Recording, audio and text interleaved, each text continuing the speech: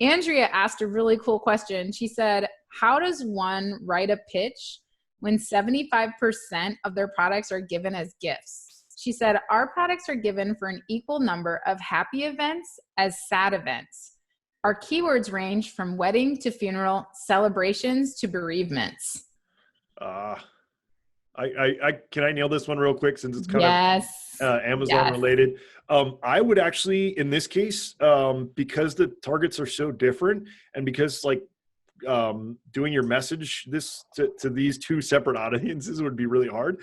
You know, everybody's so afraid on Amazon, like if I list my product more than once, I'm going to get banned. That's not true. All I would do if this was my product is change the packaging maybe on one and then have two separate listings, one for the positive events and one for the negative events.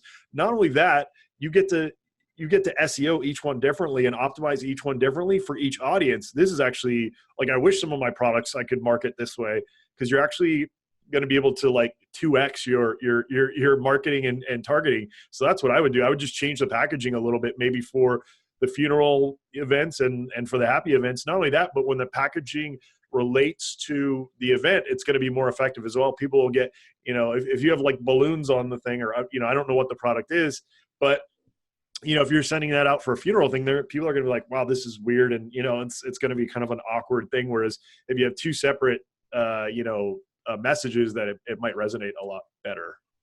That's really brilliant, Andy. Like being able to sell to multiple audiences the same product. And I've done that before. I've taken a product and listed it in multiple categories and just kind of rebranded it.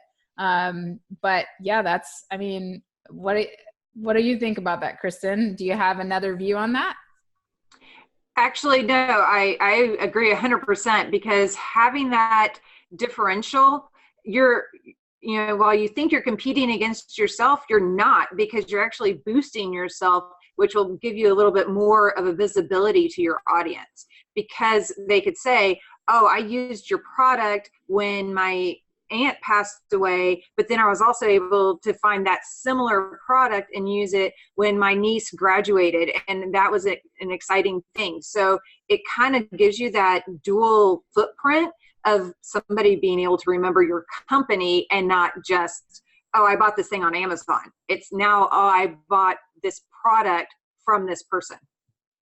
Yeah. And I love that idea that for Andrea, for her company, she can say her brand messaging can be something like, you know, gifts for absolutely thoughtful gifts for any occasion. And then when she's actually selling that same product or line of products, she can market them to all these different audiences and change the messaging and the packaging and have that pitch for each product that makes a perfect, you know, thoughtful funeral thing, or, you know, birthday